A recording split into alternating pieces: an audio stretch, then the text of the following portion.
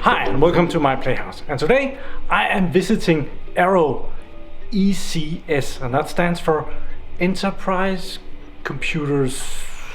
I'm gonna cut that out, I forgot. Enterprise Computing Solutions.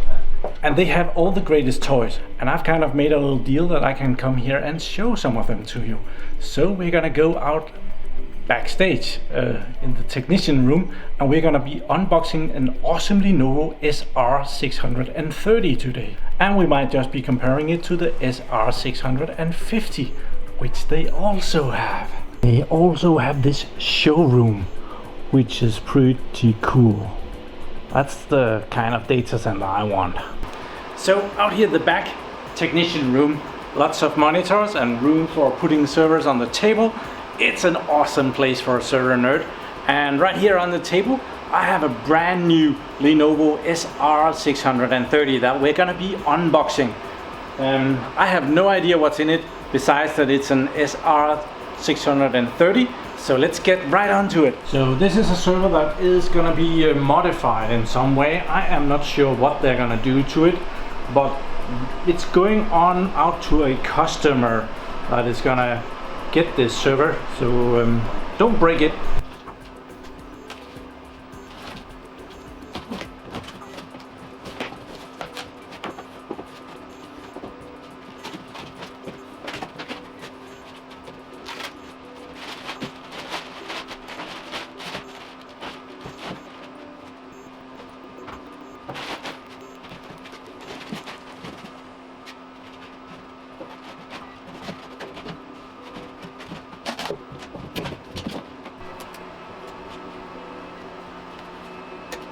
So here is the Lenovo ThinkSystem, and this is a 1U server. This is one possibility to do the front. There are multiple options here. You can fit up to 10 2.5 inches hard drives in this server on the front. For that option you would not have these connections over here. The first 4 is installed here. There is only fillers in this one, just some fillers right there. In the middle there's a special filler. That's kind of a double filler thing, but I can see that back there they have actually put in a backplane, so it is ready for putting in 4 additional drives right there.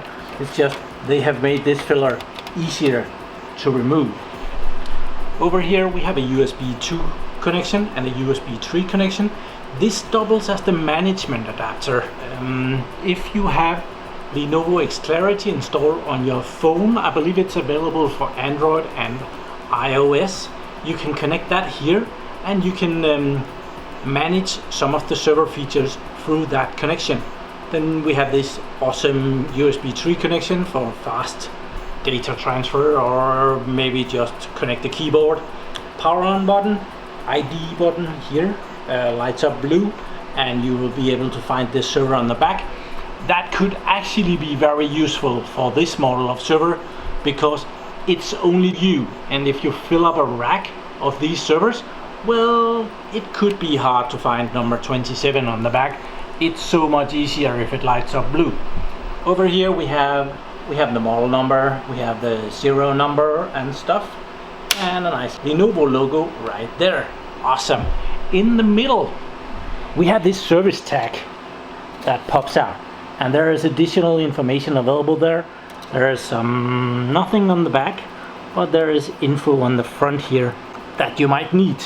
There are some MAC addresses. Oh, that doesn't. You can peel this off and you can put your own data there if that's what you want, but otherwise it's there. Around the back this server is pretty versatile. There's different options available. All of this part over here can be replaced.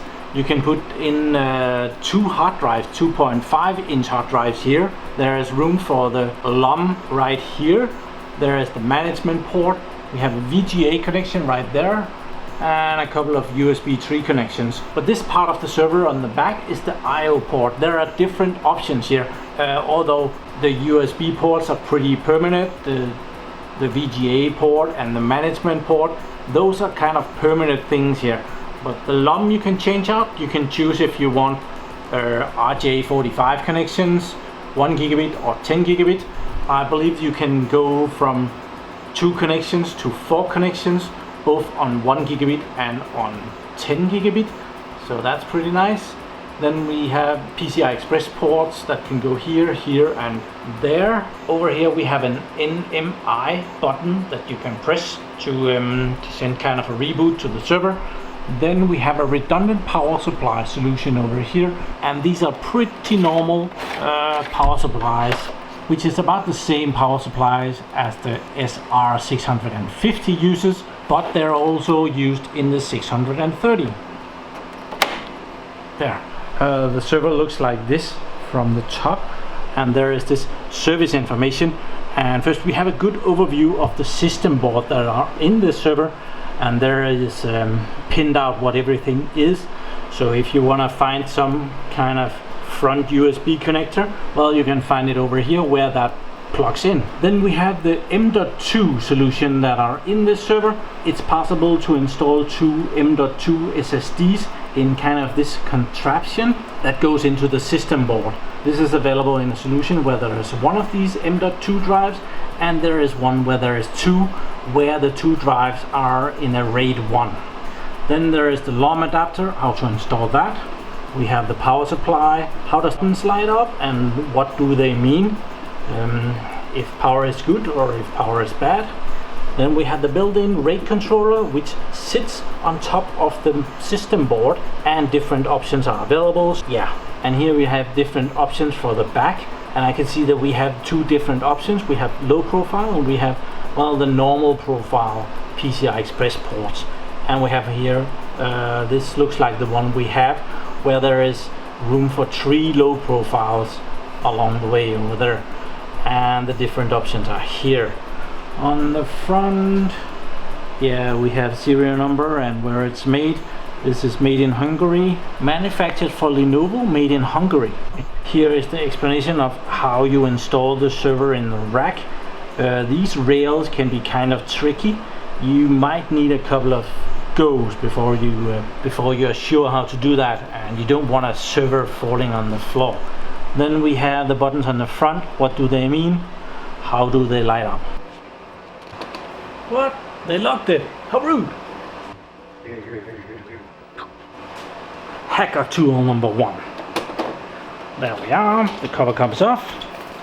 Nothing on the back. Okay, this is my first look inside an SR630. So I just have to take everything in as well. So up front here we have the back plane of the hard drives, and I can see right away that this is not prepared for Lenovo's AnyBay. So this is only for, well, only this is for 12 gigabytes per second drives.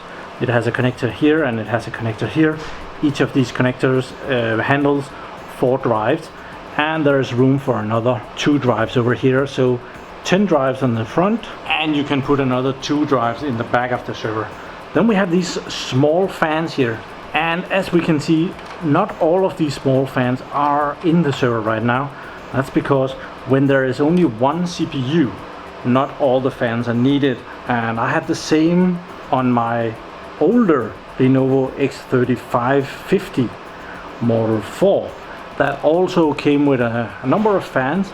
And then when you want to pop in the next CPU, well, that CPU will come with additional 2 fans. So those fans would go here and there. So that's when you buy the second CPU, well, the fans will be included in that package. So pretty okay. And this is just a blocker so that the air don't go in here and go out there. And we could do some roundabout right there. That would be stupid. Up here we have a battery pack for the RAID controller. Batteries are available, but also super capacitors. I am not sure if this is super capacitors. They kind of look the same, so let's just say that this is power backup instead. It can be both. Otherwise, I think this is a bare bone server system here. This is just a piece of plastic to direct the air. Not sure if It looks like you can mount a couple of battery packs there as well. So yeah, that sits right there, remember that. Just like the SR650, the SR630 can handle 2 CPUs, one here and one there. There are 24 slots for memory, and it should be able to go up to the full 3 terabytes of memory. If you want to do that, you need the very high-end CPUs, the ones with the M at the end, which is pretty expensive. Without the M, this server can handle 1.5 terabytes of memory, which is more common. Intel scalable CPUs, I believe I saw on the box that this is the Intel scalable Server 4110 that is in here. Not sure where I saw that. I was trying to look for it on the box and now it's just gone. So this server only comes with 1 block of memory, and that is a 32 gigabyte block, DDR4 RAM and 2666 megahertz. A good block of RAM, I must say. Otherwise we haven't. Oh, that's a new thing. Never seen this before. They have popped this into the memory slots. An air blocker, so that all the air doesn't go over here where there's nothing. So that's a new thing, never seen that before. But of course another CPU socket is available right here. We could just see those very dangerous pins down there. Let's zoom in on those. So if we remove the air blocker and remove the protective socket thing here, we get the 3647 pins, which are very fragile. So let's put this on top again so you don't do that. That would be stupid to break the pins in there. And let's put this back as well. We have some power conversion here for the CPUs and for the RAM. It's these blocks here that's converting power for these components. Here we have the connections for the AnyBay. Each of these 2 connections here are good for 2 AnyBays. Using these 2 connectors, you're able to put in 4 AnyBays in front of the server. But the server has the wrong backplane for that. The server is available for 3.5 inch hard drives. You can fit 4 of those in here with that, but then this AnyBay would not be available. Down here we have a power connection for a GPU, 225 watts. They didn't mount a connector there. Guess they don't want us to put in anything there. Over here we have the RAID controller that is sitting on the system board. This is probably the regular one that it's delivered with. So it might be one of the smaller ones. I don't see any numbers on it, but it has 2 12 gigabits connections out the back here. These cables that go up in front of the server. So it is able to handle 8 hard drives this way, and both cables does go into the backplane. So you can pop in 8 hard drives in the server as it is. So that's marvelous. On the other side of the server we have one riser board in here. We have an X16 on this side, and we have another X16 on this side. PCI Express 3. Nice. So we could pop in half. Oh, that's 2 low profile cards though. Okay. Chipset is located under this huge heatsink here. BIOS battery there. Here's the room for that M.2 extension where you can put in 2 M.2 SSDs where you can boot the system from that, and it's available in that 1-stick solution or 2-stick solutions. The 2-stick solutions where there is redundancy as well. I'm actually kind of curious to what this card is, so let's unplug it and move that out of the way, unlock that, and I am guessing that now it will pop out. Oh, that one pops out as well there. And on the bottom side of it, this is a RAID 930 8i. The 8i means that it has 2 of these ports, and each port is able to handle 4 drives. So this is also available in a 16i, where there would be 2 more ports. Yeah, that would just be a bigger card. So, okay, nothing underneath there.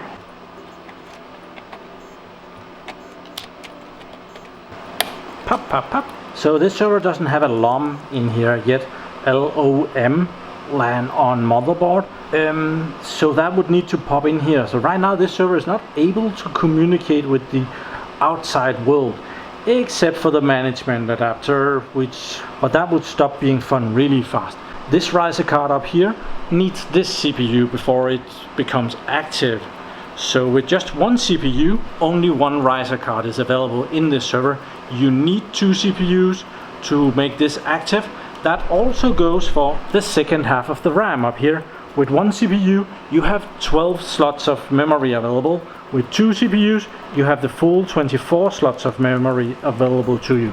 Well, being such an awesome place with so much hardware, we just have to have the 650, so we can do a side-by-side comparison.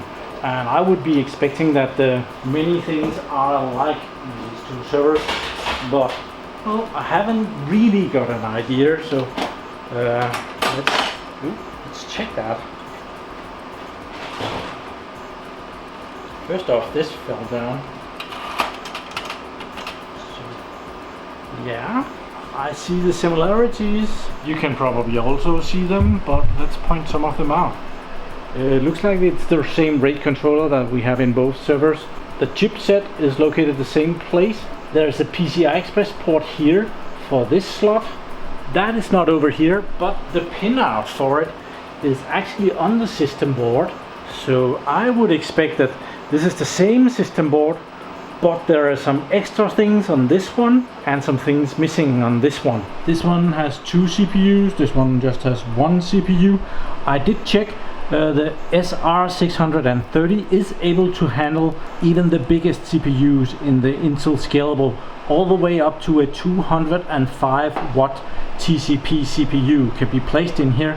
There is something about the hard drives. I'm not sure that you are able to put in all the hard drives because it really needs to suck through some air when you do that. Similarities, we have this. This looks very similar. So I do believe it's the same system board, and in the 650 there is a LOM adapter down here, and it looks like we have a 4-port fiber optic connection there. Doesn't say anything meaningful, or I'm blind. That is also an option. Jumper settings the same. Oh, I didn't put that in there. That's the same. Okay. I'm kind of curious to see if the power supplies are compatible. So let's have this 750 watt. Let's put it on the table over here and borrow one of these 750 watt power supplies. Well, it looks very similar, although it's not the same company that has made the label anyway, but yeah, same. I think it's the same. So let's pop this in again and make sure to pop it in the right server again. And this one goes in the SR650. So cool. Oh yeah, we have this GPU power missing over here. That is available here, 225 watts of it. Another one there, also missing over here. So the 1U server is probably not the greatest for GPU, which kind of makes sense. It's a lot easier to get rid of the heat in a 2U server than in a 1U server. Also, the fan blowers in a 1U server, with these small fan blowers, they have to blow really fast to get the right amount of air through a server that is this thin. They have to work really hard. As soon as you go up to a 2U server, there is room for bigger fans, and they don't have to be as big. Actually, these could have been bigger. They have, yeah, odd. So more or less, the SR630 can do the same as the SR650 with some limitations, like apparently there is no GPU support. They haven't put in power for the GPU in here. Also there is at least one riser card less. So over here you would put in a riser card here, and you would have 3 PCI Express ports out here. You have additional one here, and you have 2 that can go over this way.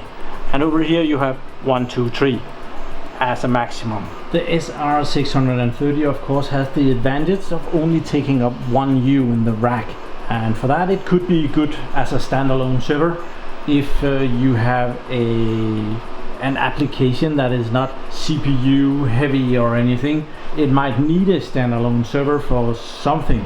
Not that I can tell you what that could be, but well, it might be a system that you don't want to virtualize. Maybe the licensing of some kind of application is really expensive if it's on a virtual environment with a lot of CPUs, and then you could use a small server like this, put in a 4-core CPU here, and that would run really well, and you will save a fortune in licensing.